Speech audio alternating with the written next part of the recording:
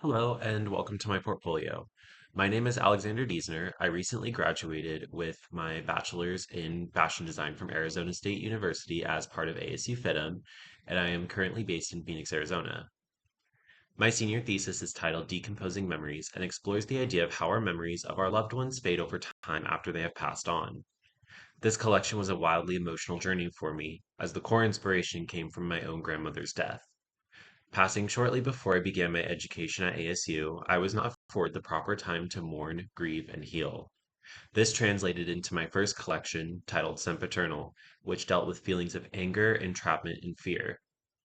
My second collection, Last Call, was an exploration of my early adulthood, which was riddled with depression, anxiety, and suicidal thoughts, and the eventual overcoming of these extreme feelings. This collection was created during my junior year and was allowed to be presented alongside my peers who were graduating, and ultimately closed my school's annual fashion show. Finally, I recreated the finale gown from this collection for the 78th Annual Tony Awards as a fully custom gown made for Colleen Jennings Rogensock, Arizona's only Tony Awards voter. For Colleen, I redesigned the large ball gown skirt to be a ball gown pant, maintaining the volume and silhouette while creating something innovative. Ultimately, my gown was seen on Colleen in an article on Women's Wear Daily. When I began storyboarding for Decomposing Memories, it was actually going to be a character study on Lenore from Edgar Allan Poe's short story The Raven. The Fall of the House of Usher had just come out, and like all of Mike Flanagan's work before, it captivated me, just like The Haunting of Hill House, The Haunting of Bly Manor, and The Oculus had done before.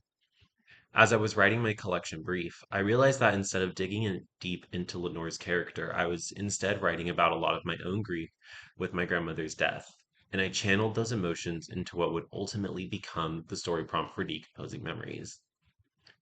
Decomposing Memories tells the story of a recently deceased person watching over their loved ones.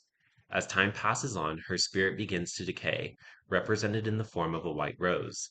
Delicate laces laid over structured corsets reflect the changes the rose experiences from the moment it was cut from its bush to the dry fallen petals lying at her grave.